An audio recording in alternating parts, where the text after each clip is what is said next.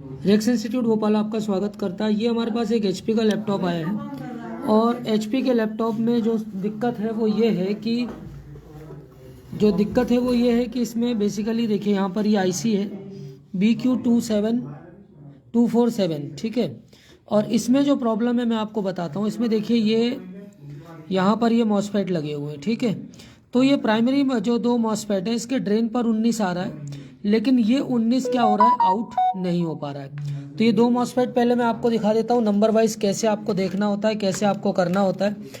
इसका complete video solution अगर आपको चाहिए या ऑनलाइन ऑफलाइन हमें ज्वाइन कर सकते हैं या फिर आप हमसे वीडियो परचेज कर सकते हैं। देखिए PQ101 और PQ103 ये दो मॉसफेट यहाँ लगे हुए हैं। तो मैं आपको ये दिखाता हूँ दोनों मॉसफेट। ये देखिए ये यहाँ पर आपको जब आप चेक करेंगे तो यहाँ पर आपको PQ101 और PQ103 ये दोनों मॉसफेट आपको, एक ये मॉसफेट दिख रहा होगा और एक ये मॉसफेट दिख रहा होगा। सबसे पहले इस मॉसफेट पर ये यहाँ से 19 वोल्ट इस पर पहुँच रहा है, लेकिन ये 19 आउट नहीं कर पा रहा है।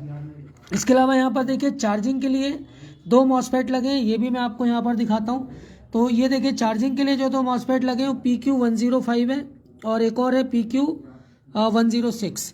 तो PQ105 एंड PQ106, ये देखिए आप PQ105 है और एक PQ106 है, दोनों मॉसफेट चार्जिंग के सेक्शन के हैं।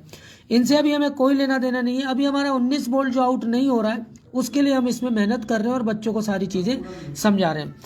कई वीडियो में ऐसे कई मैसेज ऐसे आ रहे थे कि सर आप डायरेक्ट चालू कर देते हो, सर्किट थोड़ा भी नहीं समझा रहे हो, इसलिए मैं कुछ चीज़ें अब डालना चालू कर रहा हूँ। तो देखिए इस आईसी पर सबसे पहले ये जो चार्जिंग आईसी है ये हमारे पास BQ सीरीज की आईसी है और इसके 20 नंबर पिन पर VC आना चाहिए।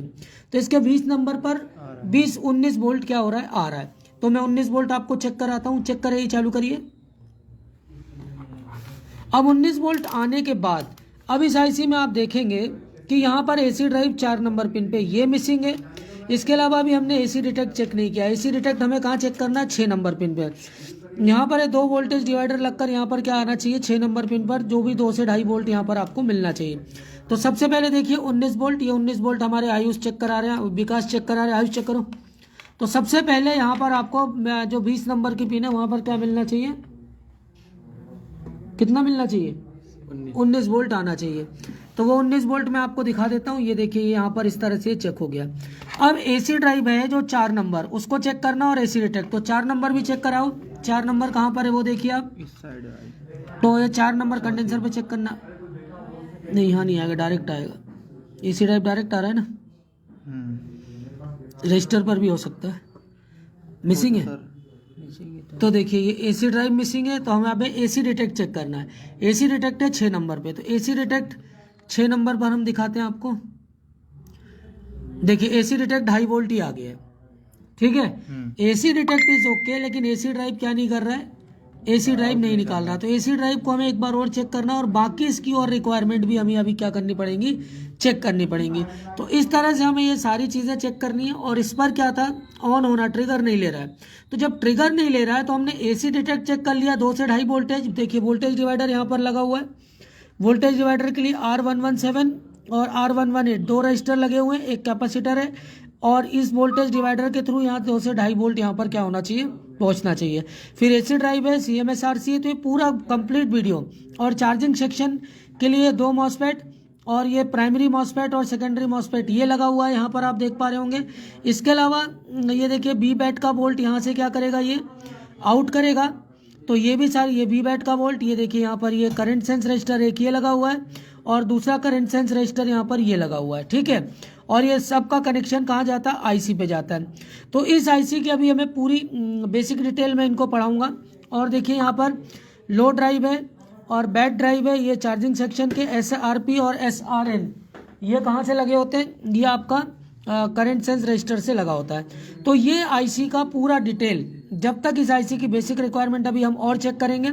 ये ACN और ACP ये देखिए आपका, ये इस तरह से इस current sense register, current limiting register से जुड़ा होता है। तो इस रजिस्टर का ये काम है कि ओवरलोड तो नहीं हो रहा, उस सब चीज़ों को चेक करके आईसी का करती है, प्रोटेक्शन का काम करती है।